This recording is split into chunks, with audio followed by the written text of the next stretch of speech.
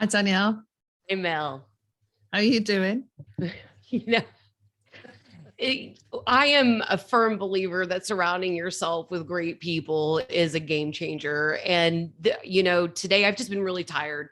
And when we started this conversation when this is what we do, we talk and then we push record. So, when I started this, I was kind of at a low energy. I felt it. I was struggling to find the excitement that normally comes behind knowing I'm about to do this podcast. And us having this beautiful conversation is really just, I'm just in the greatest mood. I can feel it like exuding off of me. I'm having a great day. And if I'm living moment to moment, this day is amazing. Yeah. And a true reflection of the moment to moment, isn't it? Yeah, absolutely. Yeah. Just being able to let go of any of the space that you might have been holding prior and surrounding yourself with people that really are driven to know who you are and love you. It changes a lot. And so, yeah, I'm doing great, Mel.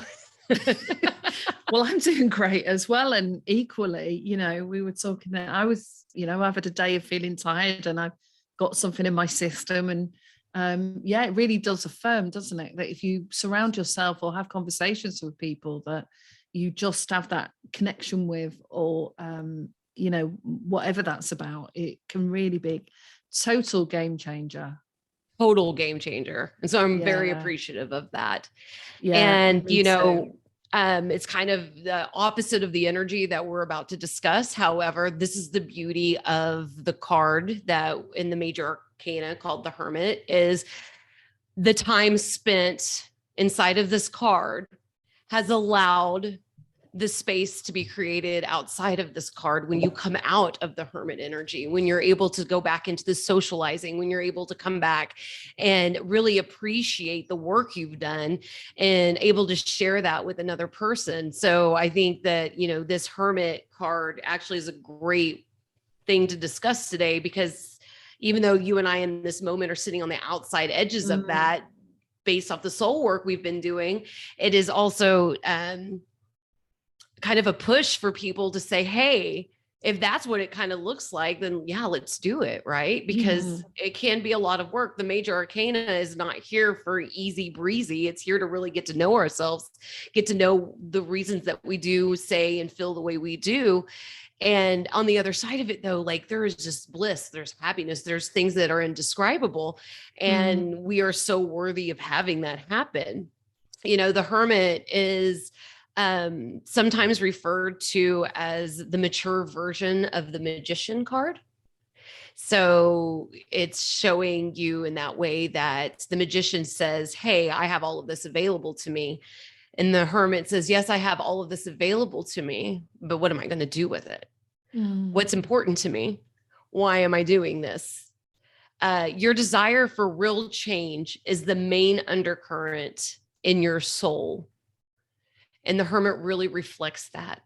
It allows you the space and the opportunity to dive deep inside of yourself and come back with the changes that you are really desiring as a human being in this human experience. I think what, as I was preparing for this podcast, was starting to come to me is that every time over the past 20 years, I could be in the mix of things going on, and with the children, with family, or there's drama, or there's changes going on, something happening.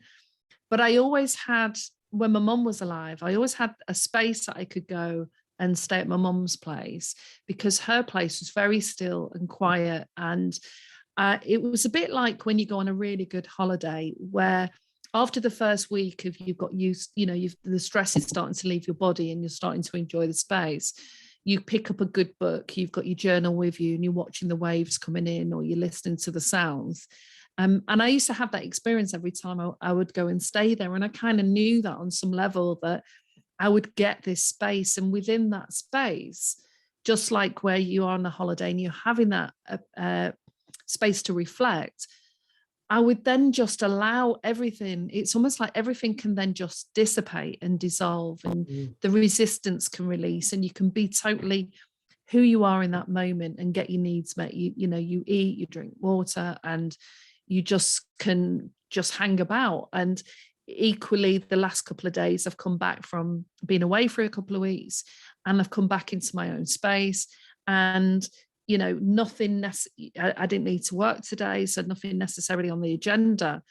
But it's nice again to sink back into the chair and experience exactly that feeling of what's going on, reflecting on different conversations I've had, different things that are happening at work. And it's amazing because I've got a couple of queries that I'm working on at work, or a couple of things that I need to resolve.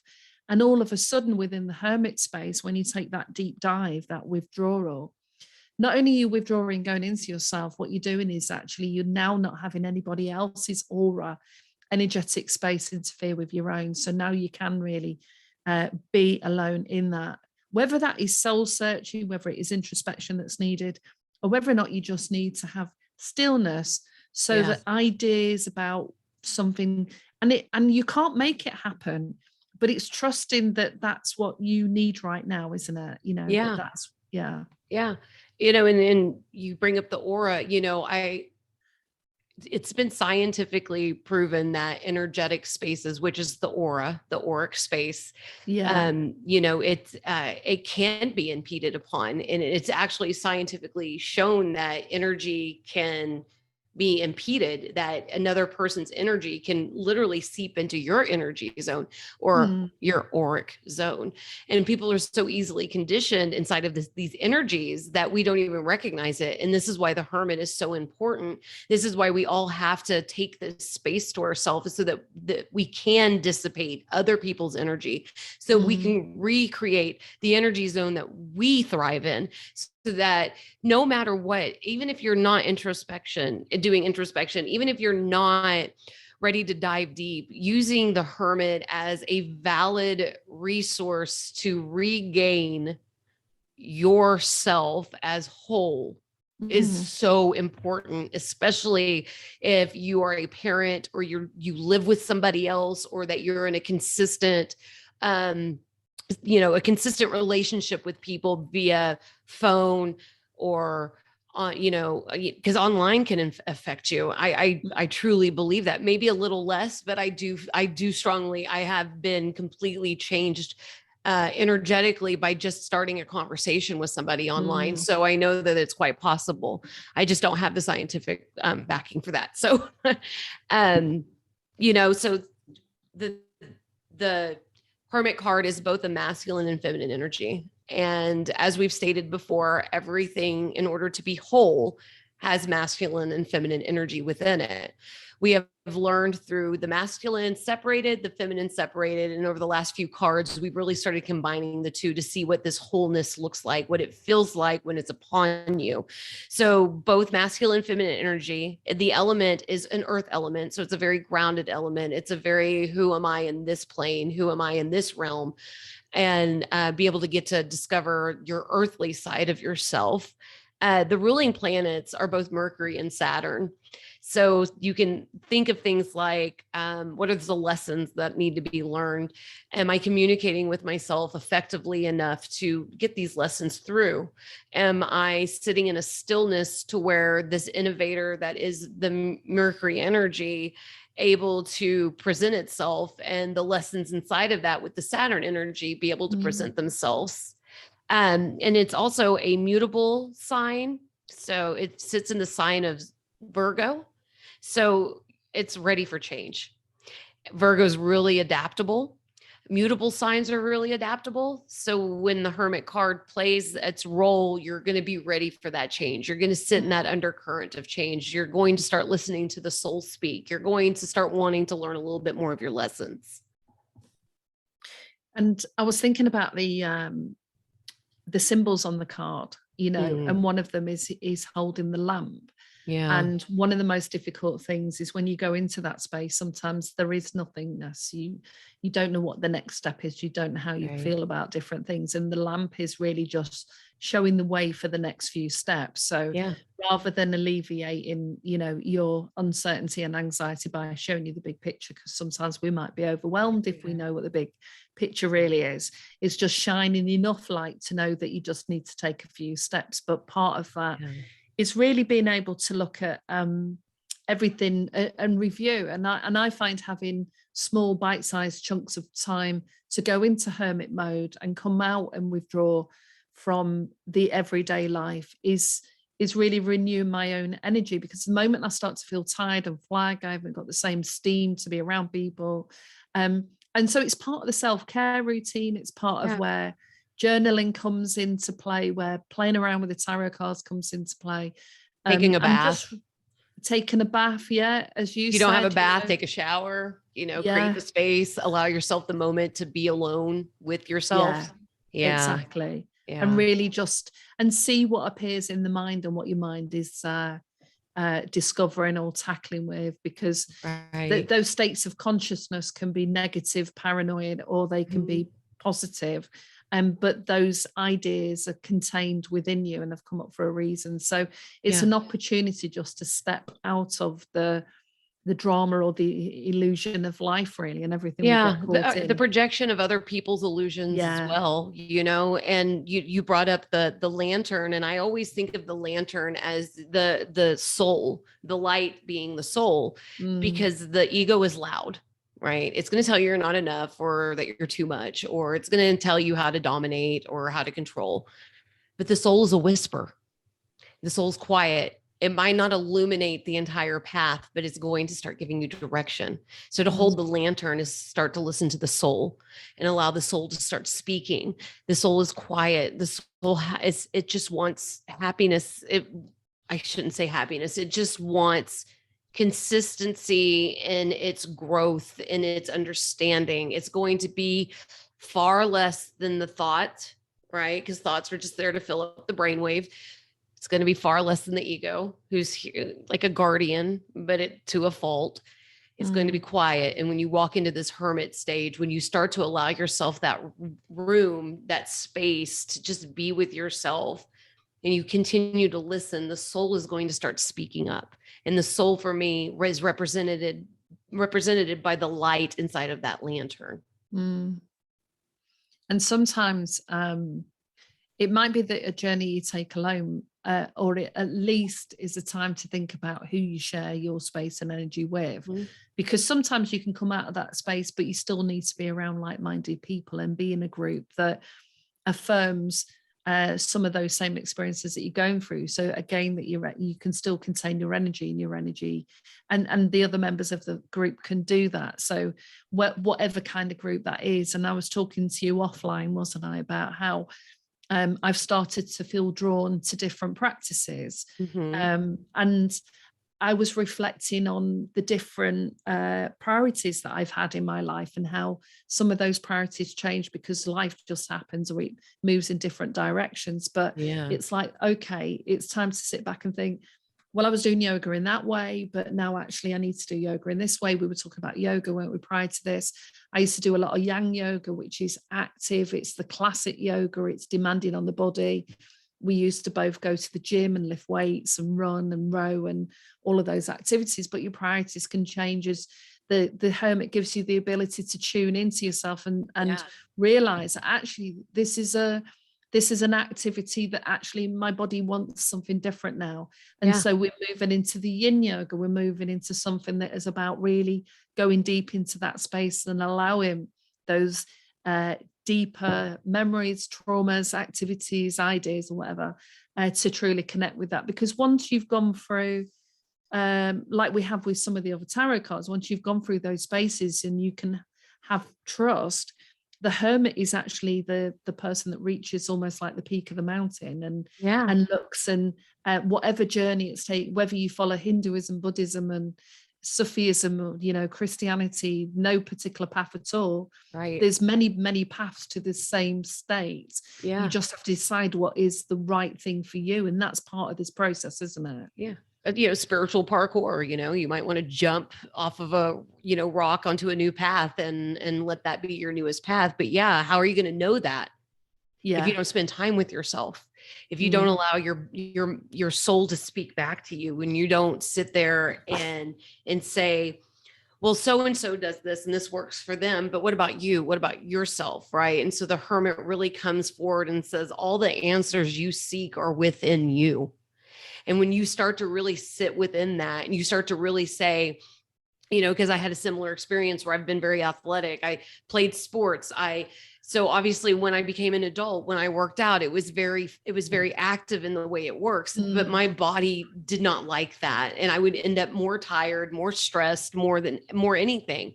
And, you know, Mel has introduced me to yin yoga. And I know that that's going to be kind of a step that I'm going to be taking soon. And I wouldn't have known about that had I not been, you know, shown. We actually did like a demo one day and worked through them. And if I hadn't been shown that, I wouldn't have known that. But now that I know that with purpose, because the universe doesn't introduce things to you without purpose. And so knowing that this was something that worked for me and it's time for me to step up my game and how I output some energy. This seems like the natural course in which I want to go. And so I'm really took that time. I have spent a lot of time in Hermit. It has really been the foundation of my healing process. It's been something that I'm a very social being. I spent all my time on the phone, out socializing, doing all of the things that are anti-theme for who I am. And now when I cut all of that off and I started really talking to myself and listening to myself and creating space for myself and allowing myself the space to just be, my soul started really informing me what it needed. It really showed me the depths of what I could be, how I wanted to be in this world, and what I needed healing inside of to get to that place. And so for me, the Hermit card is it's so profound. And although I can't say it's my favorite card because it's not, because it requires a lot of effort and work inside of it, it is a card that has produced the most for me. So in one way, it is my favorite card because I honor this card. I honor the Hermit inside of the Major Arcana, because without the Hermit and the time I've spent alone, I wouldn't have known who I was. Because I didn't know who I was. And now I know who I am. And it was because I took that time. I stopped the socialization. I recognized where my new values were, what the core of things were going to be, what was important in my world, the same way that you would walk through grief, right? The Hermit really presents itself in that way. And it allows you to the time, the space to give yourself that chance. I think the other aspects of it that I've discovered is interesting is sometimes we think when we're in hermit mode, it's a case of sitting there and meditating. I mean, and some people do want to go off to a retreat and, you know, chant for the weekend or whatever. And I'm drawn to that occasionally, but it's also, if you're in that space of curiosity, as both of us do our own research, you know, it's an opportunity to explore things on a deeper level and reflect on the new information that you're getting, isn't it? Oh my gosh. Do you know how many hours of YouTube footage I have watched in hermit mode? It is the best time to research. The most knowledge I have gained is inside of Hermit, is inside of this Major Arcana that is literally sit here to help you find out who you are. And it's just these random searches. The hours of Google time I've spent in hermit mode it's not just sitting there in silence. It's not just sitting there sad. It's not just sitting there playing in your garden, which all of those things can be part of it. But it's a lot of the time where you start to really learn. And the reason you're learning is because you've given yourself the moment to wait, I do want to learn. And what do I need to do to make this change happen? And so you start to research that change, and then you start to understand that change, and boom, you're out of hermit mode and you're back into life again. And, you know, until the next round comes through and it's ready for you to come back in hermit and learn a little bit more. You're literally gaining information for yourself in whatever way you're choosing to do so. Well, the interesting facet has been the driver for both of us, hasn't it, in terms of doing these podcasts and the other activities that we're involved with, is that when you know yourself really well, it's easier to make decisions about anything, about people, work, friendships, holidays that you go on, the way you spend your day-to-day life. And I was thinking over of the years of the different information I've come into contact with. And, you know, so of course I can look at things psychologically, and a lot of people are quite aware of the fact that if you go for certain jobs, they might do something called a psychometric test. Well, a lot of people really like those tests, because one of the things that you discover are some, bright ideas about yourself that you didn't know, or some things become clear that you say, oh, wow, that's why I always did that, but I didn't realize I was doing that, and I didn't realize that I enjoyed it.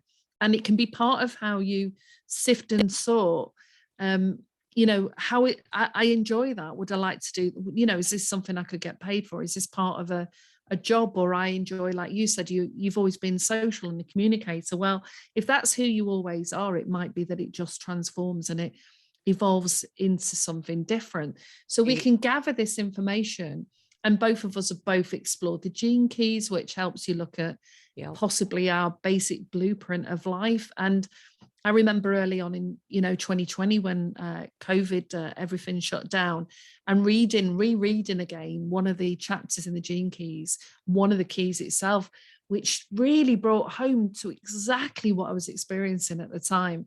So as much as we can be rely on ourselves and think we know ourselves, that sometimes you open that book or you listen to a podcast, or I've tuned into, as I've said to you before, I think about 3 years of 5, 6 podcasts a day, listening to Abraham Hicks, because the repetitive facility of bringing in information is what helps when you're slipping back into old patterns of responding or working or behaving.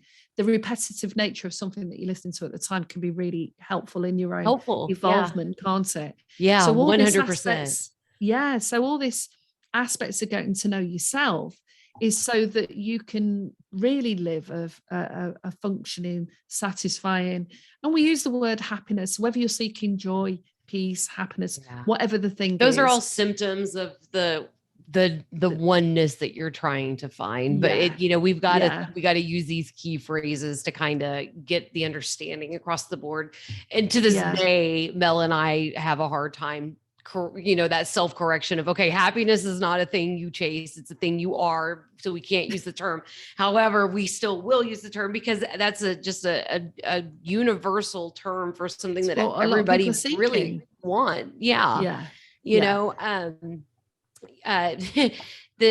key takeaways for the Hermit card are going to be shadow work, which if you've heard of shadow work, great. If not, it's just entering your subconscious. It's entering the spaces that you're not readily seeing about yourself. So shadow work is just bringing the subconscious up and forward so that you get to know yourself a little better. It's about healing, recovery, and self-reflection. So you're looking at a lot of mirror work. And if you haven't heard of mirror work, I highly recommend taking a look at it. It doesn't necessarily mean that you sit in front of a mirror, although that is helpful in a lot of ways. But especially when we're talking body image issues, when we're talking, the way in a form of this earthly form that we reside in. But mirror work has done a lot of great things for anybody that's done it. It's a lot like a meditative stance where, it takes time. It's a specific type of path that you can use, but I highly recommend trying mirror work on occasion. Just find it in a search engine. You'll be able to look into it and discover what type of mirror work works for you. Go ahead.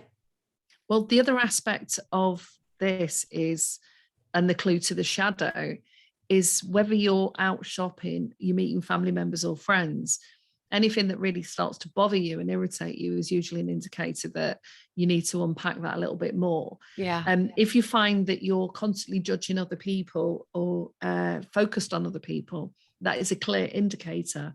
You need to look at what it is about those people that you don't like. So I remember when I was early on in my training as a therapist, there were particular models that I loved and I was like raving about it. And there were other models where I would discard. And so I would have to sit back and ask myself, what is it about that that's made me discard that? What is the information that lies within that is telling me something?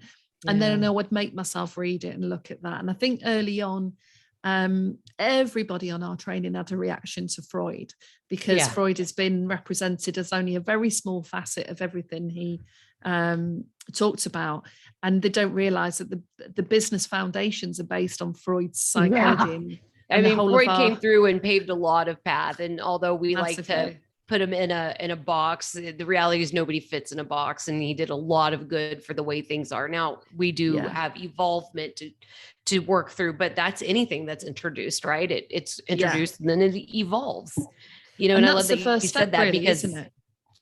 Do what? Sorry, that's the first step, isn't it? Is really just to notice.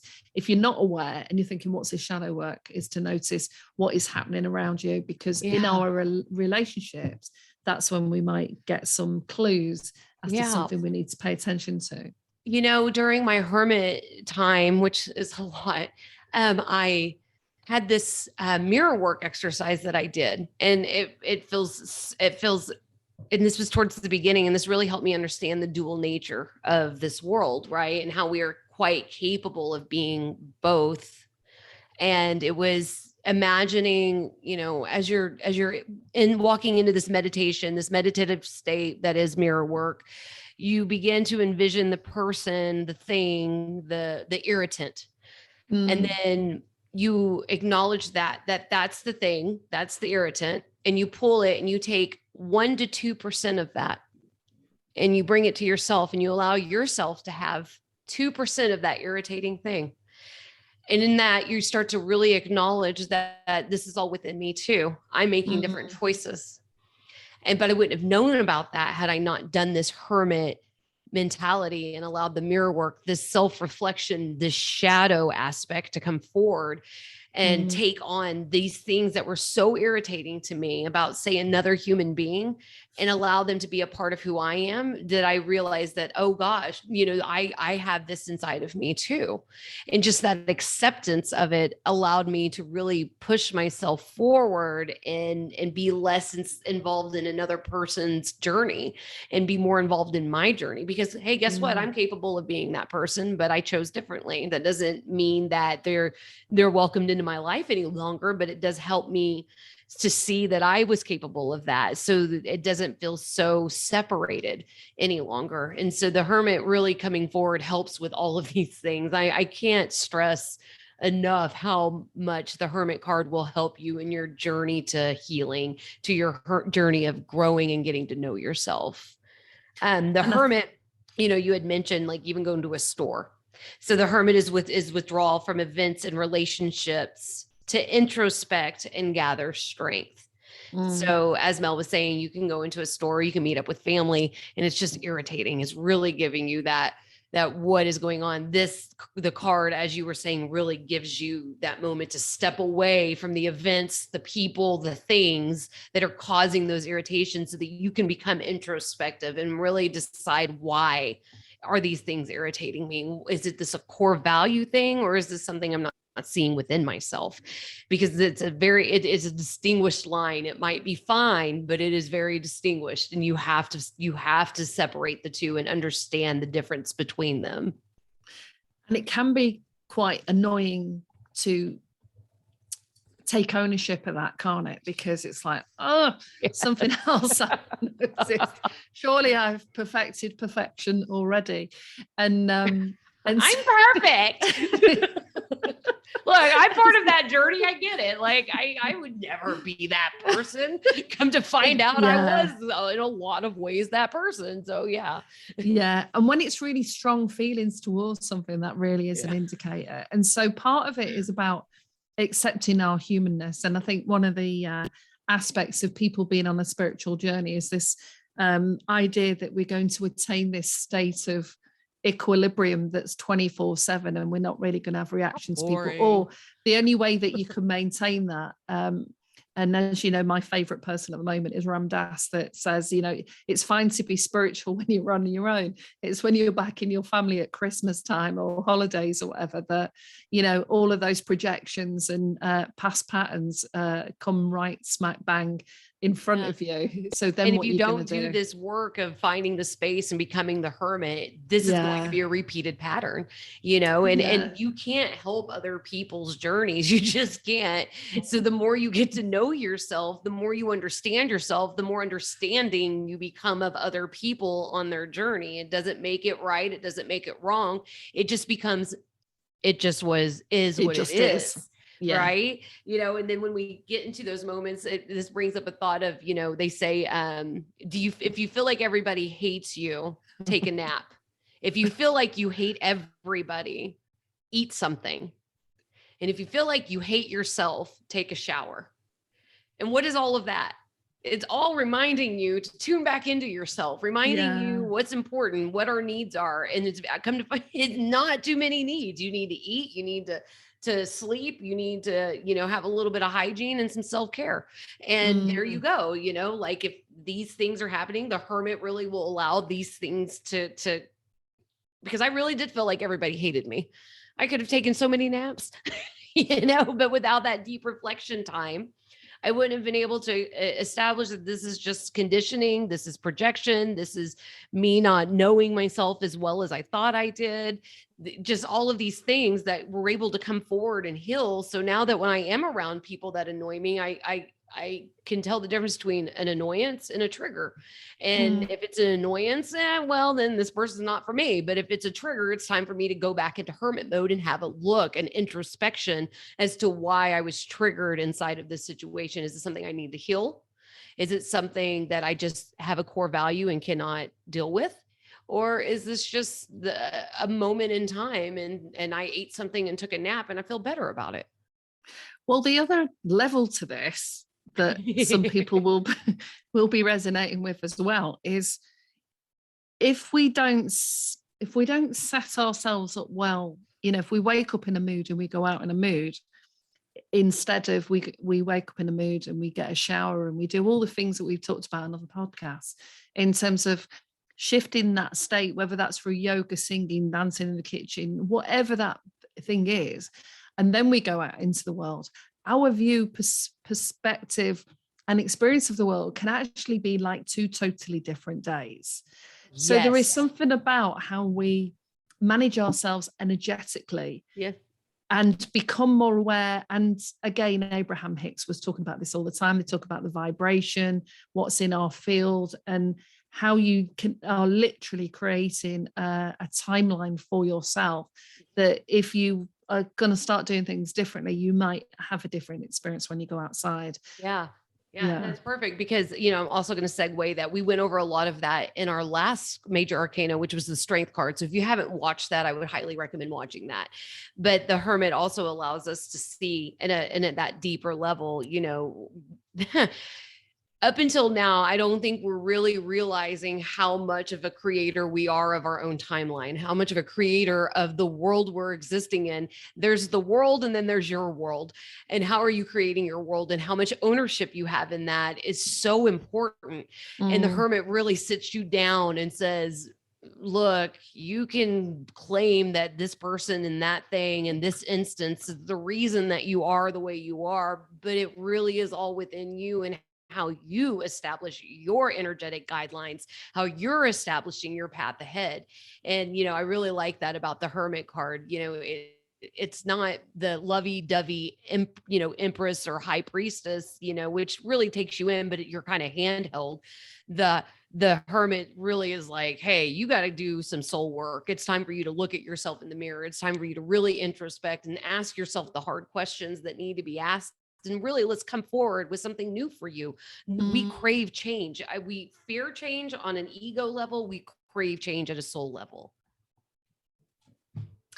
Yeah, definitely. And there's the opposite to that, isn't it? Because we talk about sometimes the reverse aspect. You said you spent a lot of time as a hermit, and I certainly know I went through a phase when the kids were younger and I was really immersed in academic life. So I was either studying, reading, and I was at home all the time. I was with the children all the time. And I remember getting to this place of thinking I need to re-engage back with the world. I need to have some everyday conversations. So a certain amount of introspection and going into a cave, whether that is just to be still, enjoy that space, have that time out, or whether or not it's to do some work, there comes a time when you go back into society. And if you're doing too much of that, it may be if the card shows up, it may be that if you're already doing a lot of that, it actually means the other thing. It actually means that you there too long. It's time to go back and socialize. Yeah. And that's exactly what happened. I'd spent so much time learning about myself that it created this this new thing, which created something else, by the way. You know, I started like, okay, I'm going to give myself more socialization. So I'm going to schedule this weekly brunch with one of my friends. And this is going to be more in alignment with what I want to do socializing. I don't want to go to the same spaces I used to. I want to do something that I want to do now. And then that created this whole movement, you know, so there's there's a grand design to everything that's happening. And it's not until you kind of get beyond a few rounds of this that you look back and start to see that grand design.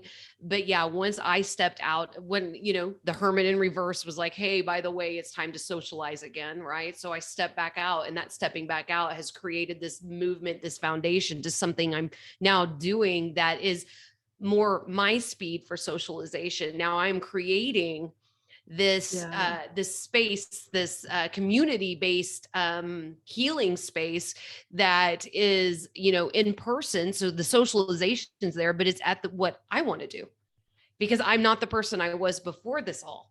Now I'm a different person. I still crave socialization. I still crave friendship. But the way I do it is I'm here for healing. I'm here for growth. I want to witness this. I want to be an observer of watching other people's lights come back on in their eyes. I want all of these things to happen. And in that, I get to socialize, but I'm socializing now on my terms and your values. Yes. And the way I want to socialize, my value system. And I wouldn't have known that had I not witnessed the Hermit, allowed the Hermit go to reverse, and then step out of my comfort zone again. Again, this is all grand design. The psychology behind these cards were so ahead of their time. And the more we really focus in on them and take these key takeaways and really get to know ourselves, it's wild. It's just a beautiful experience. So yeah, when the Hermit comes in reverse, it's not a bad thing at all. It's just like, hey, get your butt up and go socialize a little bit. And at this point, you should start to really, now that you're on the 9th card of this you know, Major Arcana journey, you're starting to see what type of socialization looks like for you. It doesn't have to be the party, or it could be the party. There's not a wrong way to this. You know, it's whatever brings life and light to you, what starts that fire for you, what makes you passionate about being alive in this world, because this world can be heavy.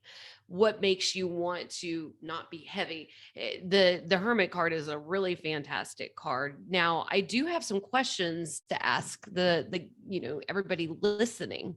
Now, I went ahead and I changed it up just slightly. I did a little towards a romantic, like in that, you know, a romantic relationship question, and then a career question, and then just a generalized question for self. And the first one is, do you carry emotional baggage that may be affecting your current relationship?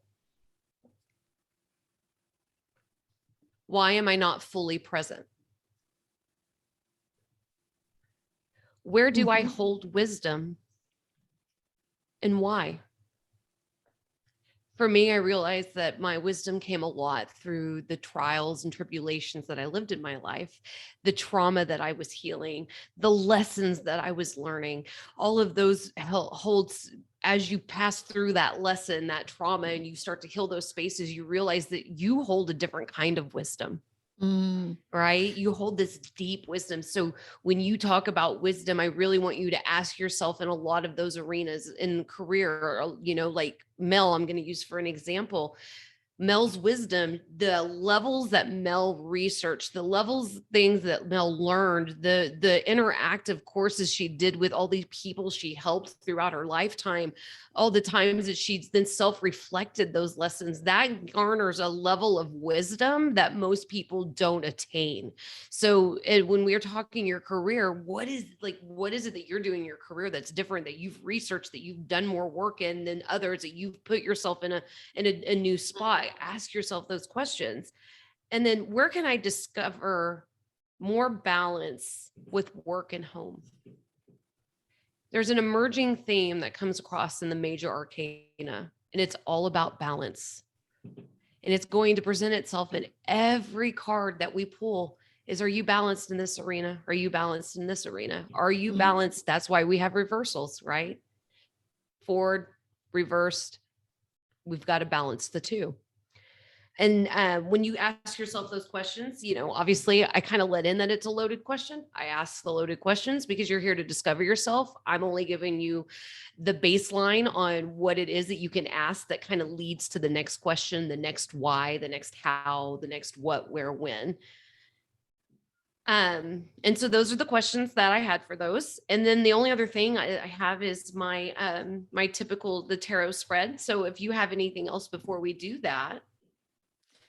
I think what was coming to mind when you was asking about wisdom is one of the things I realized, and I think a lot of people go through this, is when you've had some really tough times in life, real challenges to get through, you can often ask yourself the question why. And for a lot of people, is as long as they can find some meaning in the reason they've gone through that, they can maybe bear the pain of that and come out of it the other side, maybe with some wisdom, sometimes not. Some people create a whole movement because of something they've experienced. And as you know, we've talked a few times, one of my children was very, very sick as a child.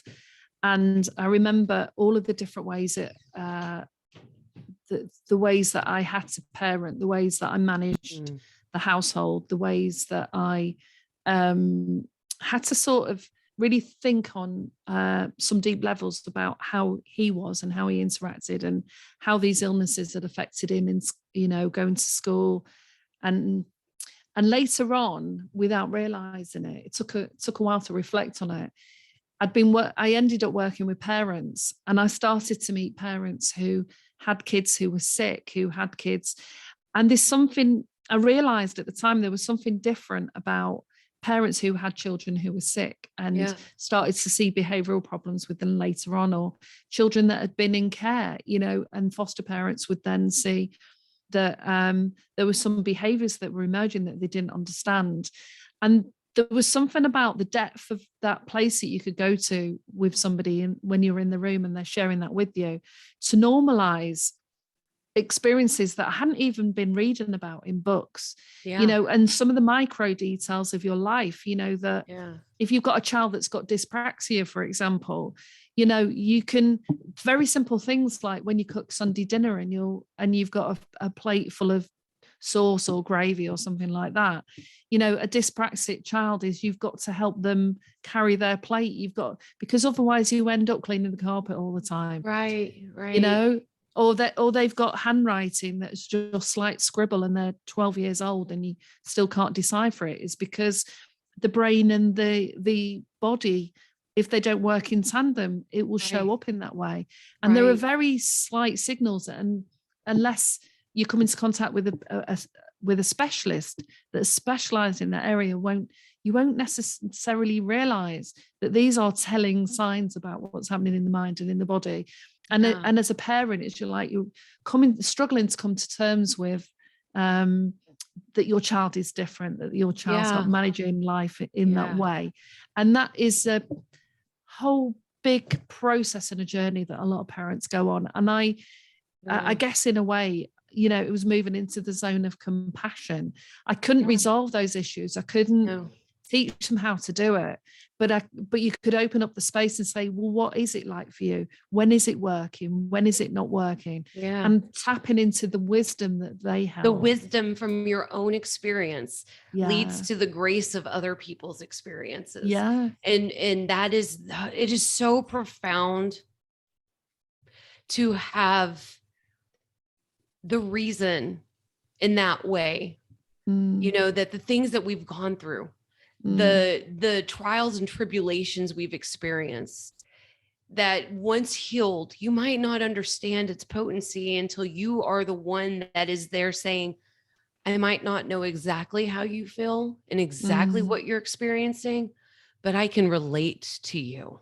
And I can relate to you in a way that is going to set us in a space that is there for healing and growth.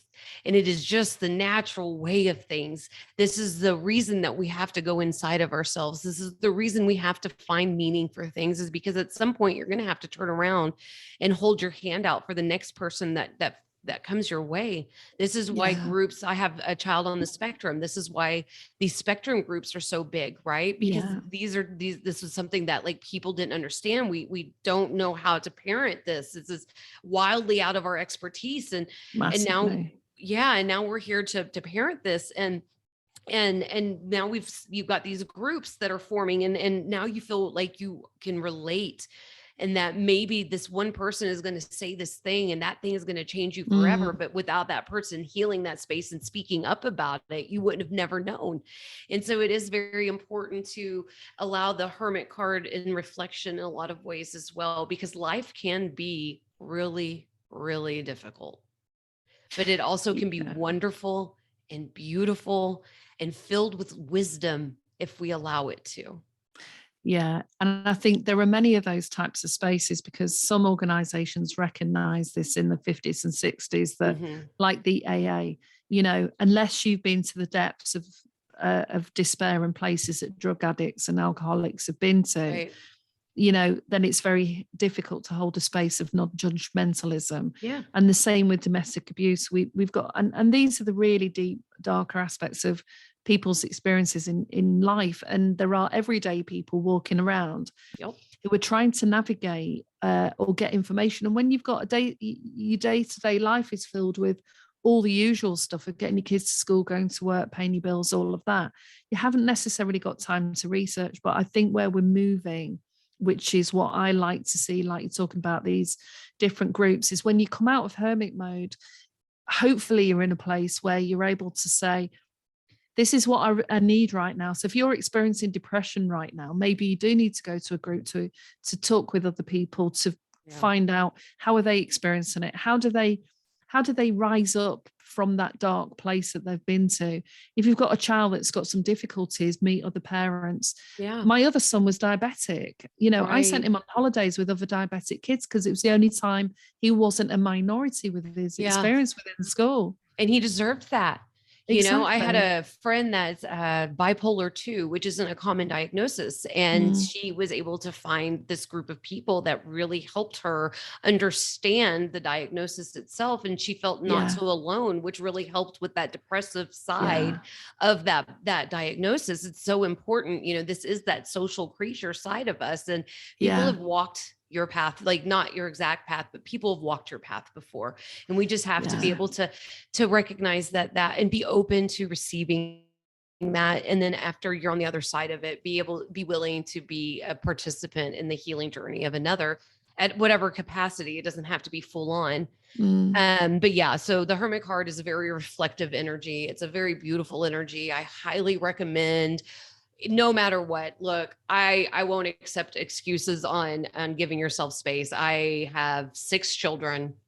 When I was going through this, 6 children in my home, 3 dogs, a cat, and I'm married. I did not have space until I created space, and I made damn sure I got that space. And it doesn't have to be anything massive, but know you deserve it. So create the space, give yourself the room, give yourself a chance, because nobody else is going to until you give yourself that chance. So I'm going to go ahead and move into the tarot cards. Okay. Now this is a 4-card spread. And so the first one you're going to ask is, what can't I see? So what's the shadow aspect? The second card you're going to pull is, what is my public persona? What is the mask I wear in public? The third card you're going to pull is, who am I when I'm alone, when the mask is off? And then the fourth card you're going to pull is, what is my potential? And that will be that. You know, outside of that, I think that we've really covered a lot of space in the Hermit card. And I would love for anybody that has questions to join us at our page at Mel and Danielle on Facebook. Comment under YouTube, and make sure you like and subscribe, share as much as you can. We are building an online community. Brilliant. Thanks, Danielle. And I think the last thing I just want to say is, it can be half a day, it can be a day, it can be a retreat, it can be 6 months, it can be a year out. Is when you have that desire to cut off from the world and go into yourself, you take that call in and you do that. And the more that you do it on a regular basis, the more that you can, you know, come back up for air and then really feel and experience the world in a different way. So Yeah. I Fresh love eyes. that we've covered this. Yeah. Thank you. Thank you. Bye-bye. Bye-bye.